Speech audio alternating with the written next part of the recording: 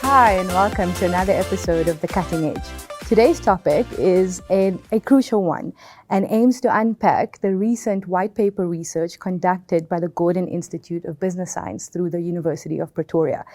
The research is titled The Effectiveness of Enterprise and Supplier Development Ecosystem. But before we get into it, let's paint a picture.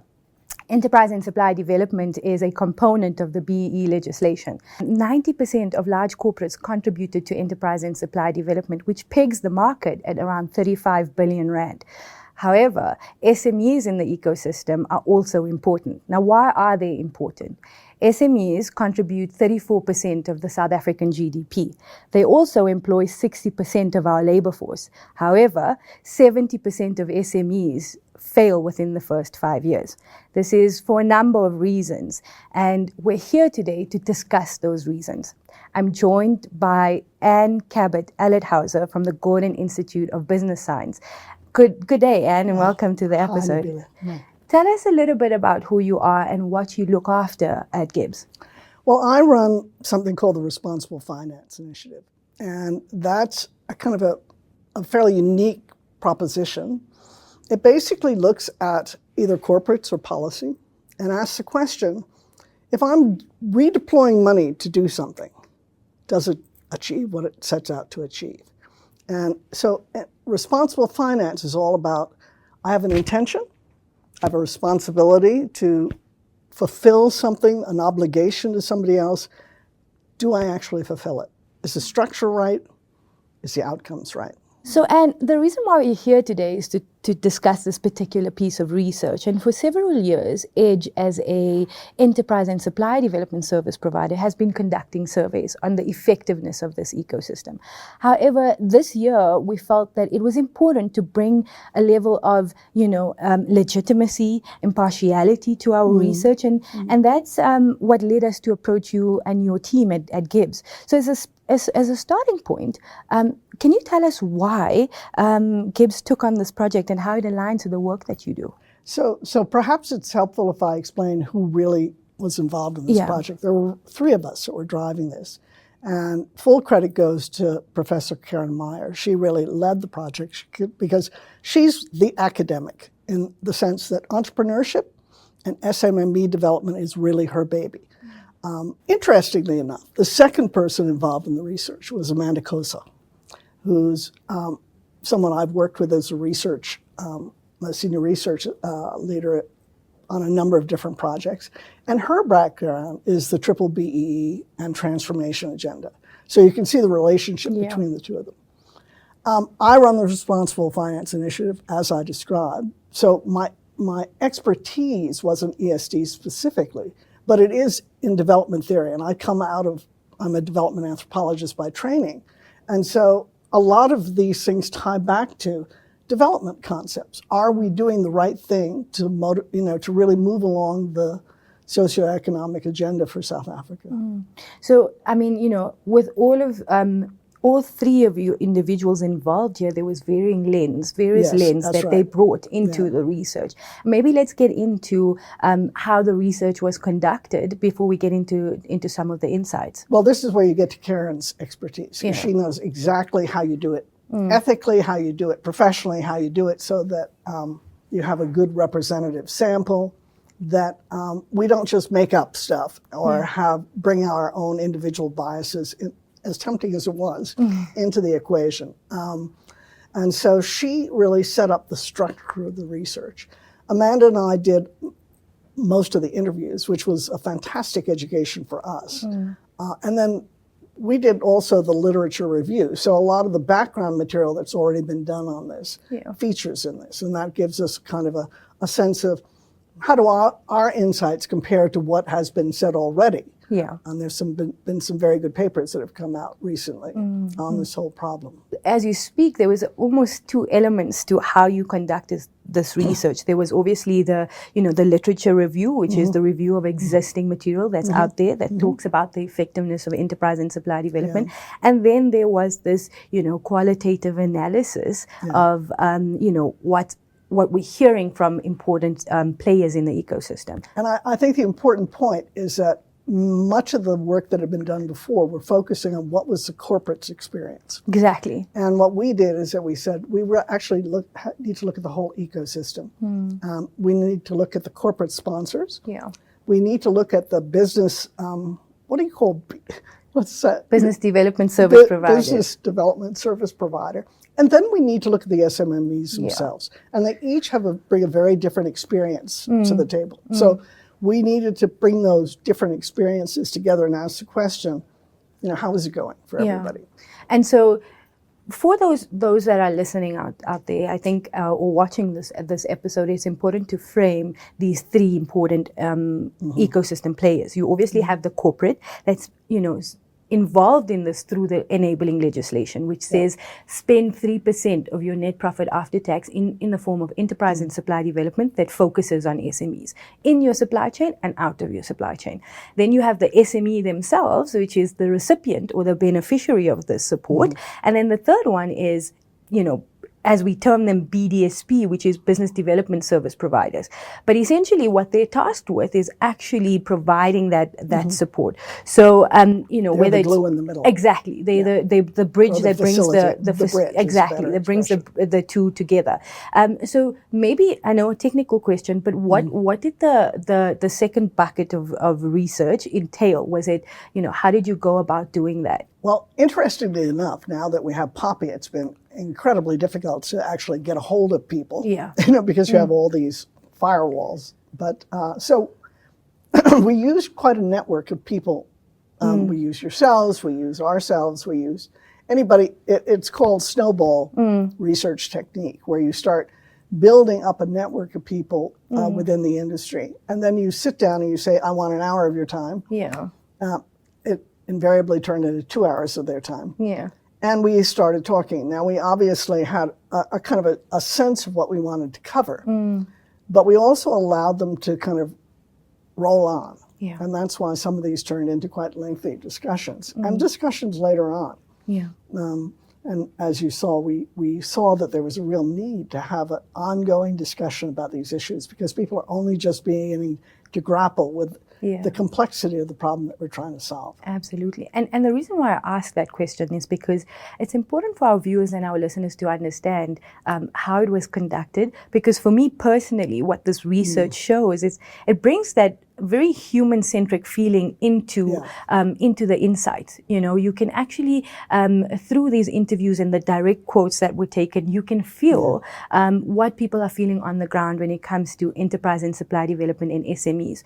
So it's very human-centric for me. So if you've ever gotten one of those phone calls that said, will you respond to this marketing survey? And they have this sort of thing that they read out. You're supposed to answer the questions, and you want to say, that's not a question anybody can answer. Exactly. That's not the way we did the interviews. Yeah, exactly. We did it exactly as you said. We sort of gave a little bit of a framework of what they asked, a little bit of their experience, and then we just let them roll on. So that's why you get that very tangible sense of this is people speaking not pro forma according to some script that they've read, but how they really feel about the problem. And I think the value of that, as well as firstly who you interviewed, was a good mix of these 41 interviews, was a good mix of all three, and Karen made sure they were statistically significant. Exactly. So it was a good mix of all of the ecosystem players, but at the same time, from reading the research paper, what you get a sense of is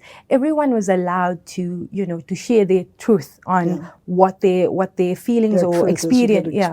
They shared their truth on the experiences of enterprise and supply development. So whether it's a corporate saying, we feel like we haven't done enough, or it's an SME that says, I'm so fatigued, or a BDS service provider that says, there's a need for more collaboration, you feel that coming through the research.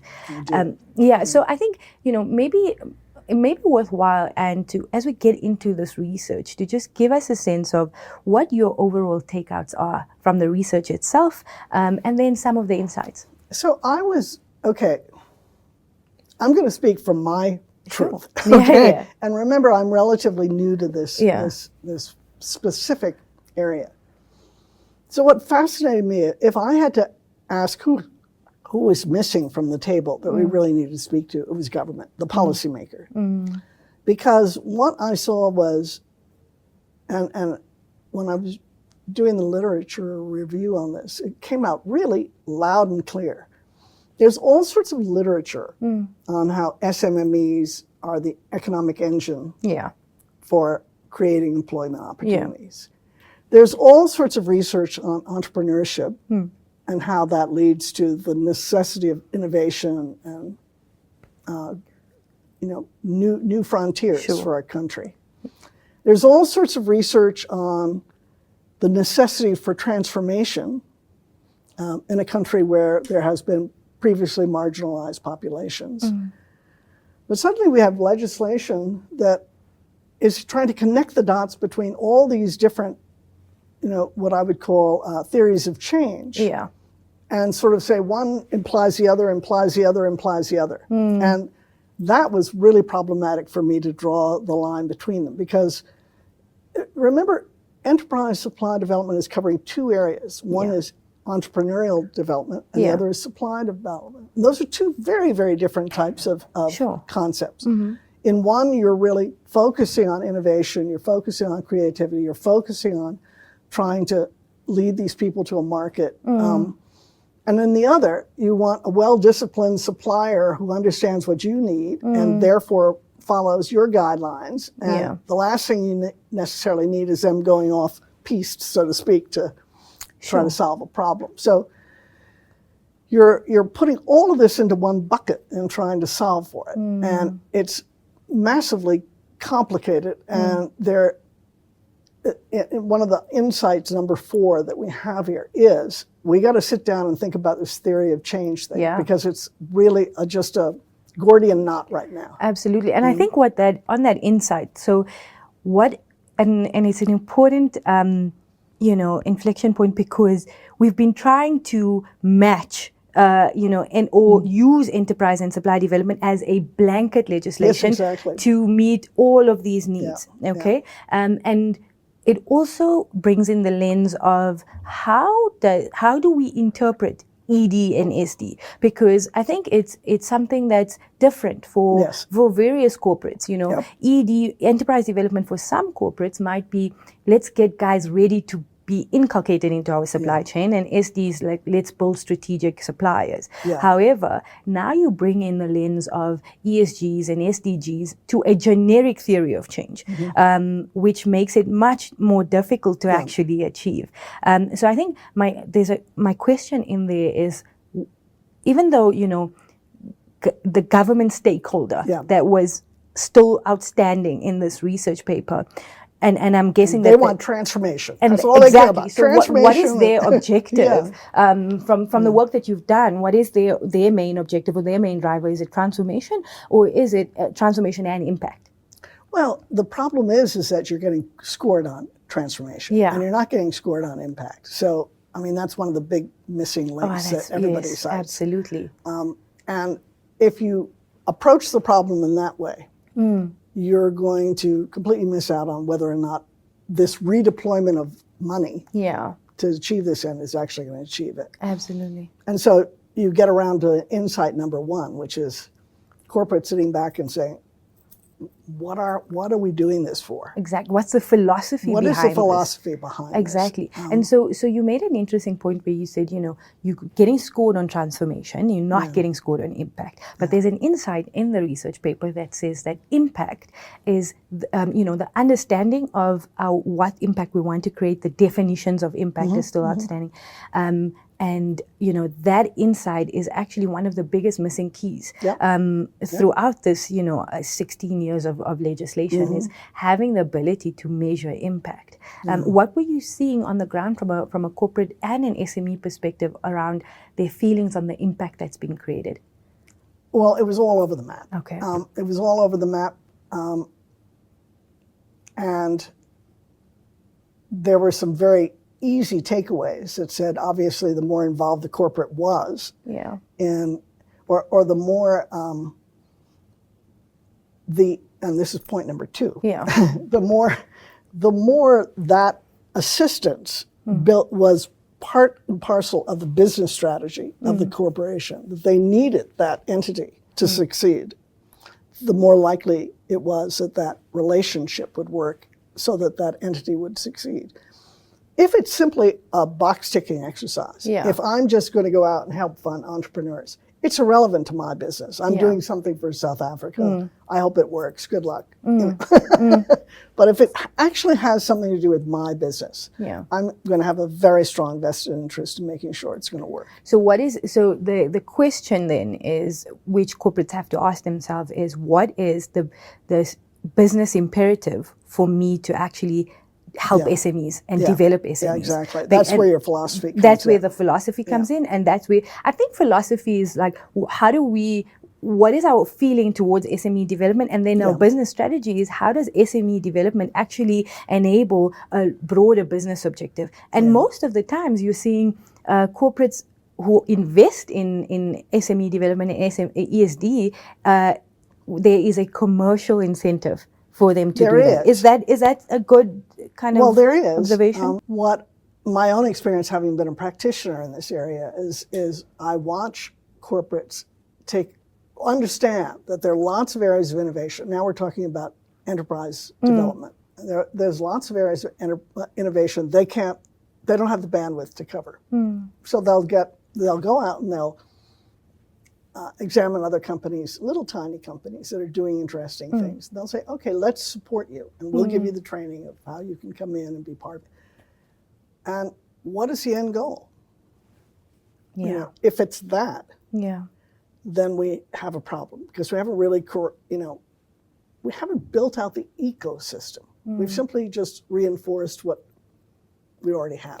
So it just created the dependency on the side of the SME to the corporate, but we haven't it brings us back to that point you made about theory of change, is that if we don't approach this from a business philosophy perspective, we don't tie an SME development to our business strategy, and we don't have a tight theory of change that's very clear and articulate, we're actually just creating dependent businesses through legislation. So the reality is SMEs can do things that corporates can't.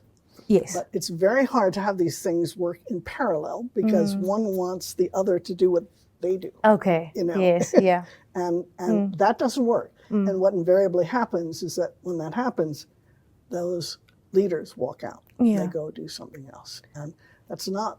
So you're almost looking for a mind shift, but we've gone off track here it's from the fine. research, but it's an interesting problem. Yeah. And so if we bring it back to the research, what I'm hearing from you is, insights around business strategy, tying into your ENSD strategy, articulating your business philosophy, having a tight theory of change. What are the other insights that came out that stand out for you? Okay. And now we're going to get controversial. Is that okay? This is the first time I've ever done a piece of research where I actually got a threat. Okay. Did I tell you about this over the phone? No. And the threat was essentially, be careful with your research. Be careful with what you're uncovering. Because there are people that are very comfortable with the status quo. Okay. So I suppose for me the great surprise is that what we have created in this whole, what came out to be a policy of government to try to create transformation, ended up creating a massive industry, as you've described, how much money is floating around in this industry, in which people are very comfortable with keeping things dependent on that middle section.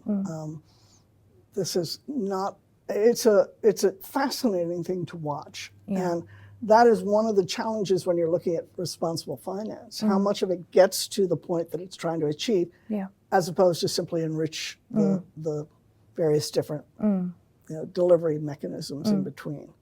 So that, I can't remember what point that was, something like number 6 or whatever, but when I saw, and I would never have had the courage to write it, but Karen wrote it, and I thought, whoa. And she said there was a massive amount of conflicts of interest, and she used the word corruption, which was really quite distressing to see. That doesn't mean that the big players in here aren't doing a fantastic job, like the edge growths, but it has created a massive industry of which there is no control There's no oversight in terms of what the rules and regulations and what's deemed, the code of ethics. Any of it. There's no self-regulatory framework for this. And I think a big part of that is, one of the insights says that SMEs are fatigued with enterprise and supply development initiatives and programs.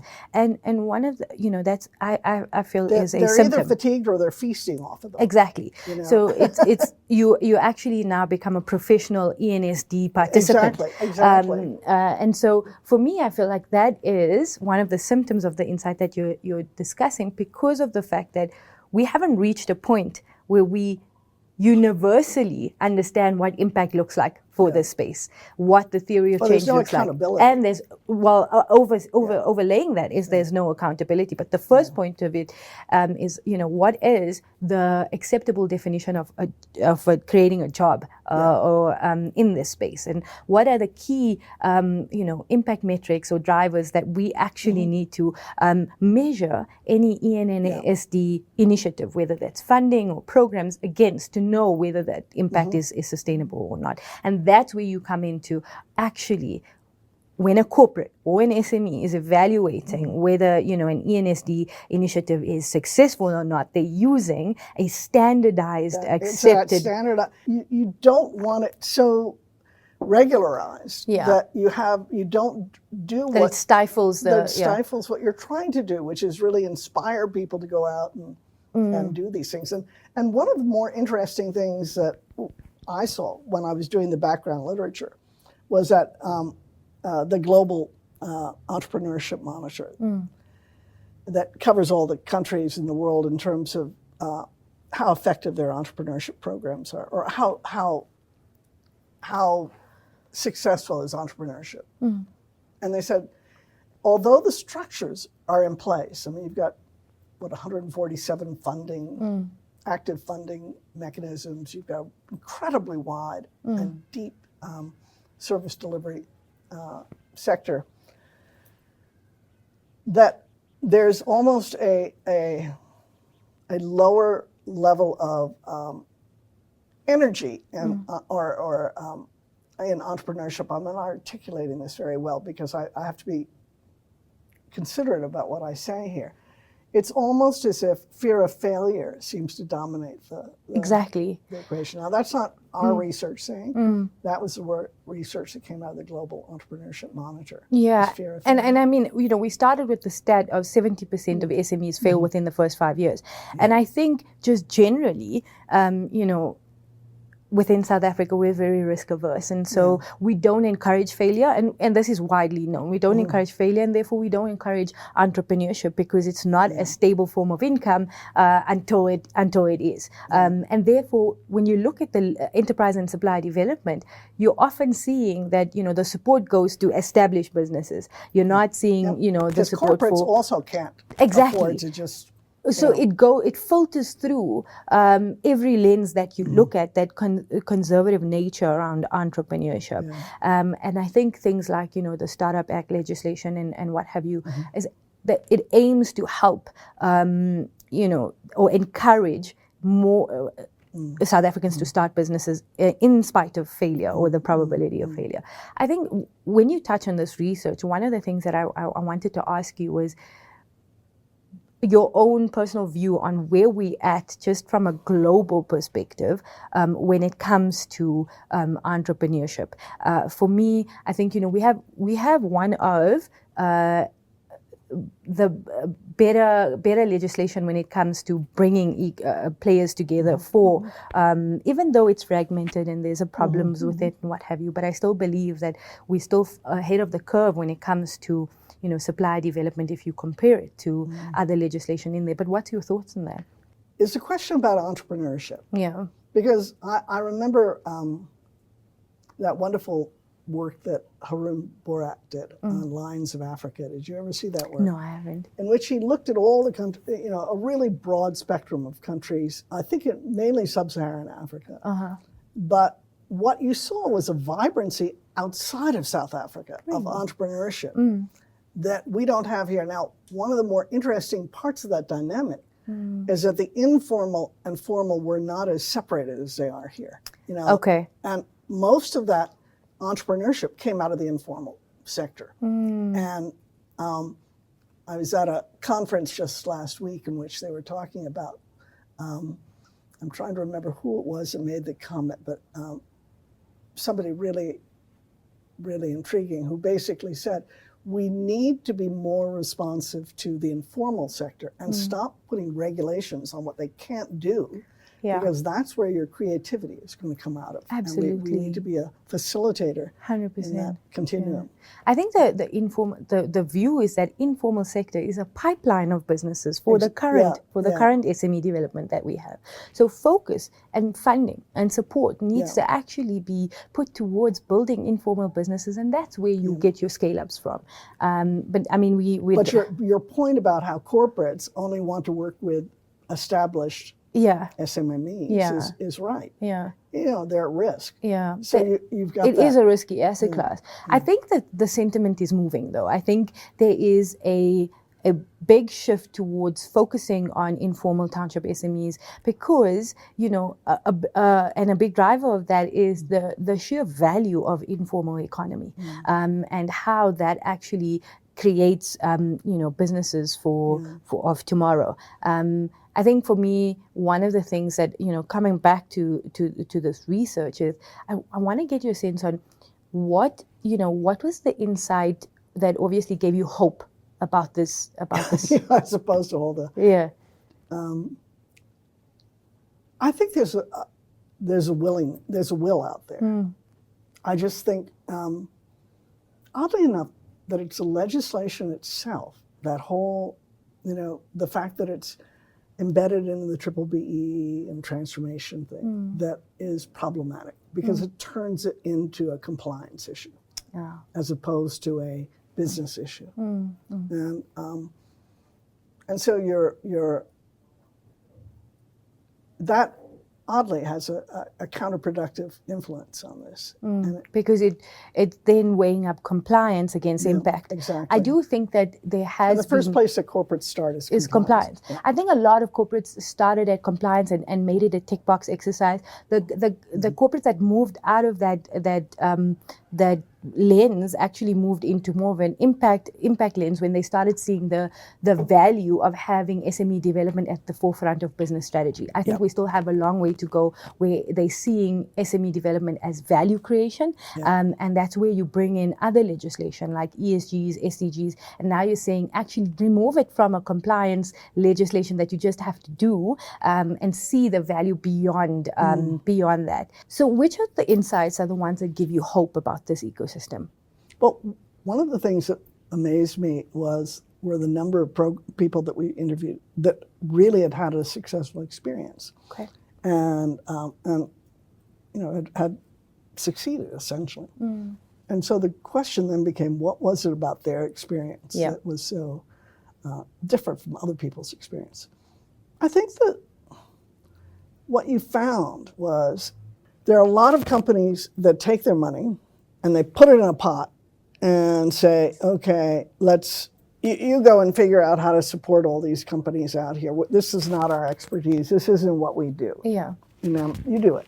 In a way, it doesn't mean that those things don't add value, but they weren't as successful in the sense of that individual still had to figure out how to get to market. That individual still had to figure out, or that entity, not individual, still had to figure out how to apply a very general approach to education to what their business was. Whereas in ones where the corporate was very much involved, they had a vested interest in each other succeeding. Okay.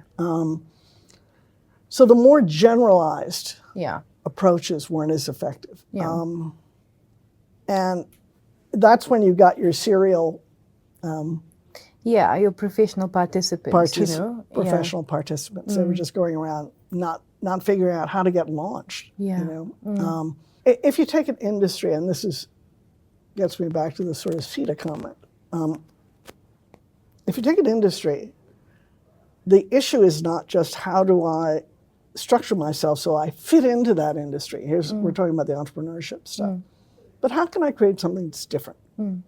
And that is a difficult thing to promote as a corporate, unless you're seeing that that's an area of innovation. And it's aligned to you, It's aligned to you.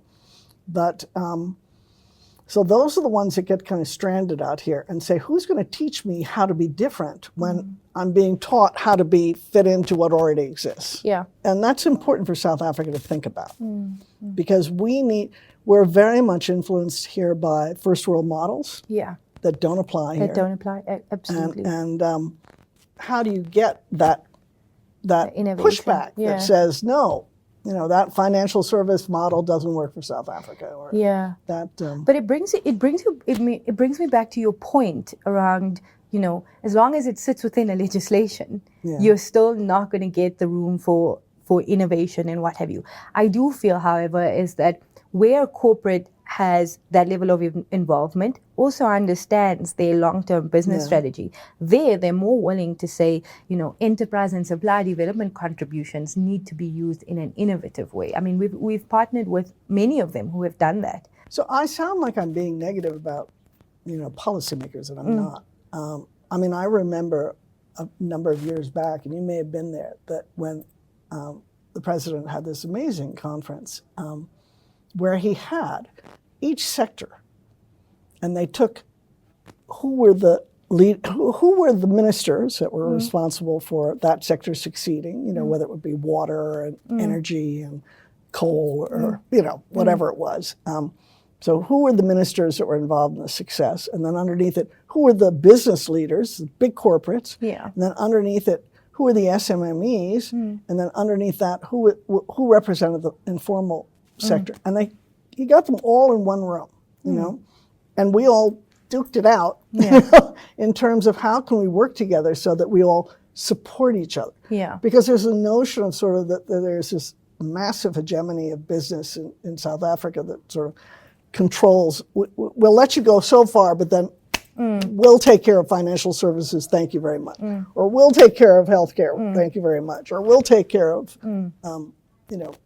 mining, thank you very much. And so it's other than being a sort of adjunct supplier, it's very hard to get an entity that will go up and be a true disruptor and compete head on with these other entities. But then you get down to the regulators, and the regulators are saying, well, we need to be very prescriptive in how this thing is going to work. And that's where you get to the compliance problem. I mean, I think it brings us to another important insight in the research, which is the lack of collaboration in the ecosystem. Absolutely. Yeah. In fact, I think Karen's point is it's not even an ecosystem. It's people competing with each other for the voice. I want the contract. I want to be in control of this thing. And yet, when you map it out, there does need to be a collaborative ecosystem. How do you attain that? There's no sort of industry body that sort of works at this towards a sort of self-regulation type thing. So in the absence of individuals responding to government. Exactly. Yeah. And so in the absence of that that regulation or accountability, having gone through this research, what do you think is that picture? What does that look like? Well, I know that when we had our first sort of roundtable discussions about it at GIBS with you all, with Edge Growth, you could really see people in that audience saying, please, can we get together and talk about this? And the interesting thing about that audience is that it was mainly the SMEs that were sitting in there. It was the little guys and the service providers saying, in fact, we bemoan the fact, where were the corporates, where were the regulators in that discussion? Because unless we can get the corporates to really buy in and commit to this properly and embrace it. So when you look at a corporate, they're usually focused on, CSR, and then you have enterprise development, supply development. You've got this whole continuum of things that it does for the community, that it's sort of their license to operate, to be able to have a good relationship with the world around them. And the problem is those are sort of always farmed out to small, very insignificant, I shouldn't say that, but I mean, unfortunately, it's often in HR or some sort of subsidiary of the business. It's not fully integrated. Yeah. And I think that if we can integrate this entire thing, that people think of CSR, what am I doing in CSR? Well, don't just give your money to some random school over here. It's got to be related to what you're doing, because you're trying to build the South Africa of tomorrow that you're going to need as a, service provider or a, commodity provider or whatever you're doing. And I think what that does is that it elevates, even at a organizational level, where things like enterprise and supply development and CSR and what have you sit, because now you're taking like this triple bottom line approach, and we're saying actually it is something that we should drive strategically and fits into our broader value chain as an organization. Well, that brings up another point that we saw, that many companies right now are trying to deal with things like sustainability, ESG. And so this fits right in there as well. And so, again, sustainability and ESG, we just had a session at GIBS on this. And how do you get it into the boardroom? Well, the last thing you do is make a separate, we're now going to do our sustainability reporting, and we're now going to do our enterprise and supply. And we're now going to do our business reporting. And so they're all separate things. Exactly. I think the thing, though, is where it's how you articulate, the value and the impact of enterprise and supply development, and how that overlaps with ESGs and SDGs, that gives it the importance and elevates it to a strategic business imperative. So here's where I think the missing link is, and here's where I think, other than the issue around the theory of change muddle, the other really big interest for me personally is, what are we doing in impact measurement? And right now, you can pick up any impact report and say, but what about? But what about? So how do you create an impact framework that will mean something to a business? And there is an emerging area of work called impact accounting. It's been around for a while. It actually started, believe it or not, at Harvard, and then now it's there's a global entity that sits in the Netherlands trying to come up with some way to really translate what happens when I do this that we now think of as a societal impact. How do we translate that into actually a financial impact? And it has a financial impact. There's a multiplier effect. Yeah. And that's what makes it complicated. It's not like I sell you a product and you give me the money for it and I can account for that money. Yeah. If I achieve something in society, that entity, that SME, goes on to do other things. And what are those other things? And how does that, am I tracing that? Yeah. So how do you measure those things? Now, the other thing that I've been really interested in is this sort of big data analysis stuff. And now, as long as we can capture the data of these projects, which we're not. We're just ticking the box, and nobody's keeping track of all the little details in terms of what works, what doesn't work. And I think that, that point around big data is such a important one to get right, because it is the starting point for anything impact related. If you look at enterprise and supply development, there has been over the years this move towards, when we surveyed this industry, let's put it this way, when we surveyed this industry just before we joined you guys, one of the biggest insights that we got from there was corporates are unable to consistently report on impact that's being created on the ground, right? And so, and the reason behind that was that either there was firstly no definition of what impact was, and it brings me to my theory, the theory of change insight, or the collection of that data was fragmented, or it was not even there. And really, if we are to actually articulate the value of enterprise and supply development in light of SDGs and ESGs, our data has to be strong. You almost need a repository of information. And we've actually been talking about it with the likes of people like Straight in regards to infrastructure development. But similarly, you could put SME development. You could put, because Straight has the tools to be able to capture all.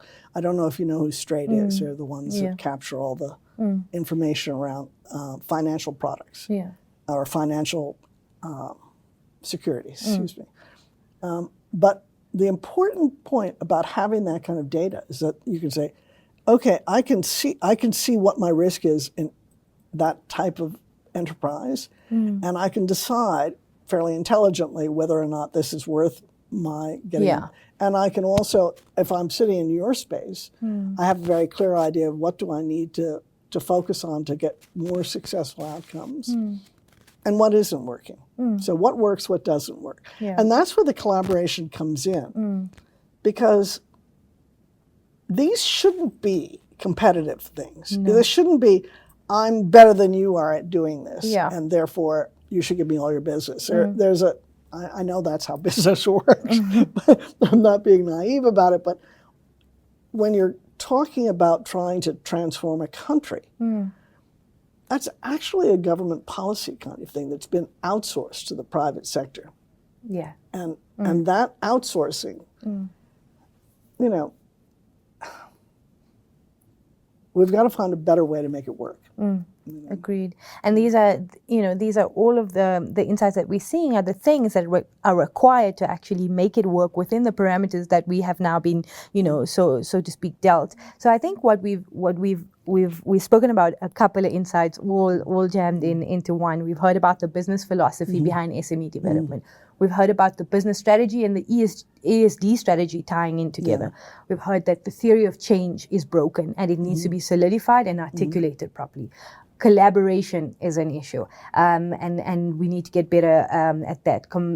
Competition and as you termed it, corruption is something that's prevalent and needs to be addressed. The one thing that I wanted to talk to you about or get your insight is, what are SMEs saying in terms of the actual effectiveness of the support? I think a lot of them are just tuning out. Really? Yeah. They're kind of going it alone. The ones that really make it. So you've got the dependents, the serial participants. And then you've got the people who say, if I'm really going to do this, I've just got to do it on my own. Okay. So it would be important, I believe, for the regulator and the corporate and the BDSP to hear the voices of the SMEs. I think that was our last sort of insight, that we don't hear their voice enough. Okay. We were talking about, SMEs and hearing their voices in the room and understanding what they need better. My question is that, are SMEs realistic in terms of their expectations when it comes to a program initiative? Because if it's a ESD program, SMEs are saying, well, am I going to get grant funding or a program? And, when it's a funding initiative, they're asking, am I going to get funding? But then what they're not asking is, am I investment ready to get funding? Exactly. Or am my quality of service at a level where I can get a contract? So I guess what I want to delve deeper in is, those expectations and responsibilities from ecosystem players. Yeah, and I think that is I remember there are expectations that sit on all four of those areas of the ecosystem: the regulator, or the policymaker, the corporate themselves, the BDSP, and the SME. And the SME. My view is that to coordinate this all and to make it work, that BDSP has to be the catalyst to, and rather than a regulator per se, that the BDSP has to simply say, and I don't speak here of individual ones, but collectively. Okay. There needs to be some sort of clarification about what type of BDSP do you do, are you? And what then should a participant with that BDSP from either the corporate, the regulator, or should expect from them as the catalyst for whatever the skills development that you're trying to achieve. So you've got some sense of what are you getting into when you are working with that critical sort of bridge because of them being the bridge. That the reality is, because a business development service provider or enterprise and supplier development service provider holds the responsibility of being the bridge. It's important for them to be clear around what it is that we're trying to achieve, and whether that aligns to a corporate looking for a solution or an SME looking for initiative to participate in. So maybe their definitions of themselves need to be clear. And they need to establish what it is that they're good at doing. And where people should use them. And people come to them because of what they can do, rather than let's pretend we can also solve all these problems over here. So you do have a situation where, understandably, a lot of BDSPs get approached to do something that's not within their ambit. So they go and they find somebody else who can come in and do it for them, and that's part of their team. And it's fine if that all then gets integrated. But if it's not integrated, then nothing really makes sense in that continuum. So it is a continuum that you're trying to achieve here. Absolutely. And so I think, I mean, you know, on that point, it's obviously the biggest takeout from the research is that it's a continuum that requires a whole lot of, you know, integration, cross collaboration, etc. Absolutely. And we certainly need, you know, because I work in financial systems, I have very much the same financial services. I have very much the same sense that here is an industry that just sits here and competes with each other when we should be collaborating with each other. Because what we're doing is we're trying to identify how to deploy money in a way that is meaningful outcome for the individual.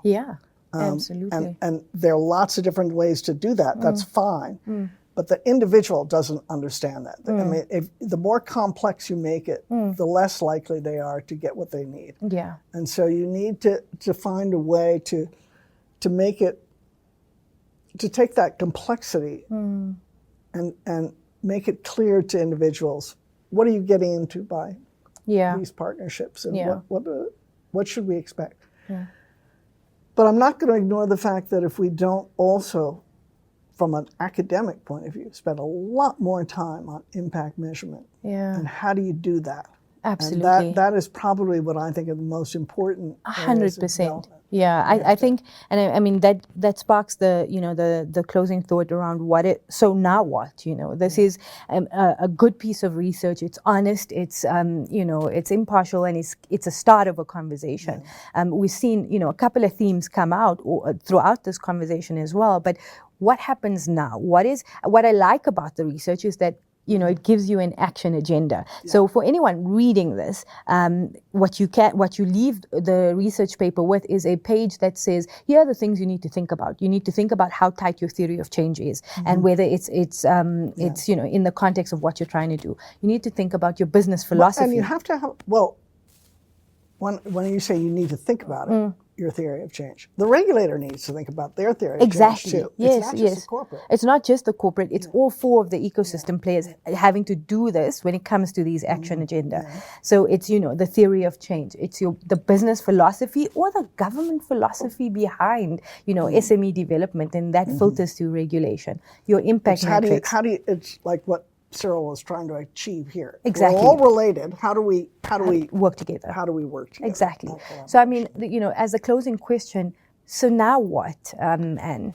Well, I think you can break it into two things. One, we need that engagement and collaboration. So I think, frankly, you BDSPs ought to get together and create an industry body where you start to hammer some of these things out.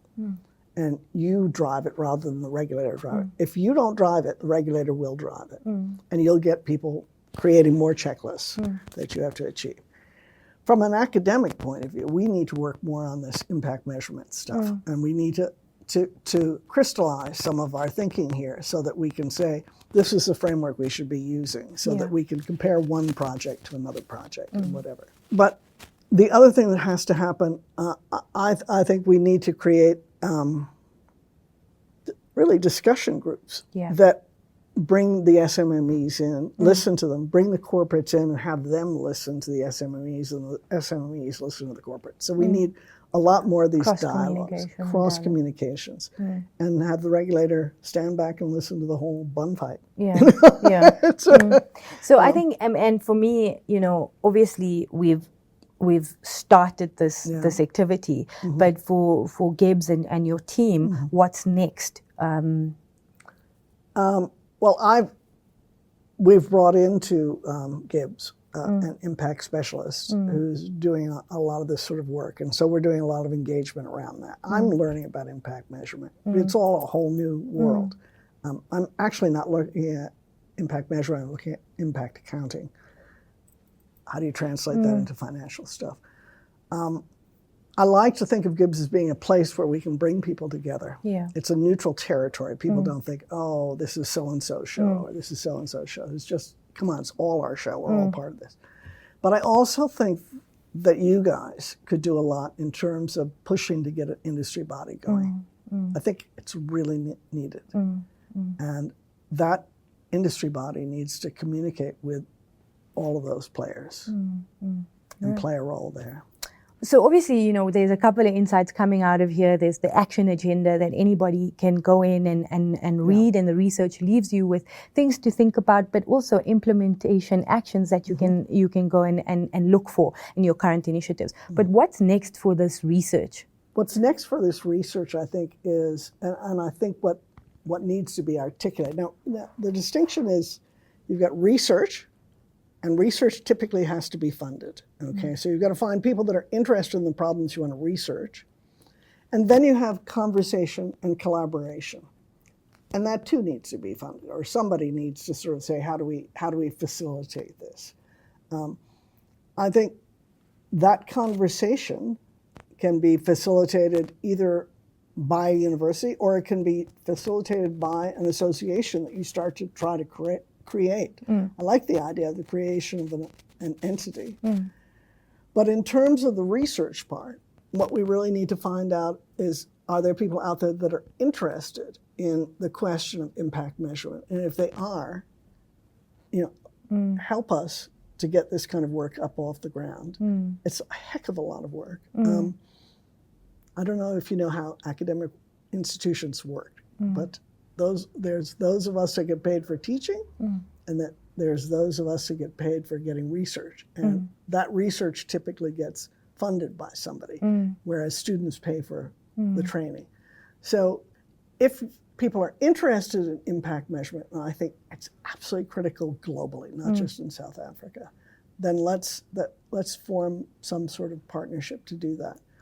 But the other area that I think deserves a really focused research on, but that can also involve the whole community, is this theory of change discussion. Yeah. Because I don't think it's purely an academic discussion. No. It's a question that has to, you can't just sit there in some ivory tower and think, oh, this will do this.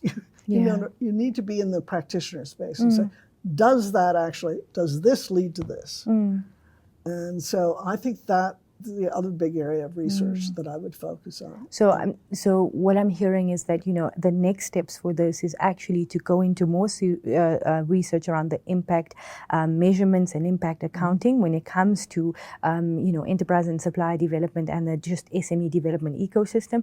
And then the second one is applying effort to defining that theory of change that is more bottom up. And understand what that's going to drive. When you sort out that theory of change, it may change the way you do the regulation. 100%. So it also may change how you do the impact measurement as well. Exactly. So the regulation, the impact measurement, they're all very interconnected. Yeah. But actually, what makes sense for this research as a next step is to focus on defining that theory of change and to focus on that impact measurement. So right now, these things aren't connected. They aren't. That's why these things aren't succeeding as well as they could be succeeding. Exactly. Well, thank you so much for joining us, Anne. I think anyone willing to get involved and can reach out to you and the team at GIBS. You can find the research paper on GIBS' website as well as the Edge Growth website, and feel free to join the conversation.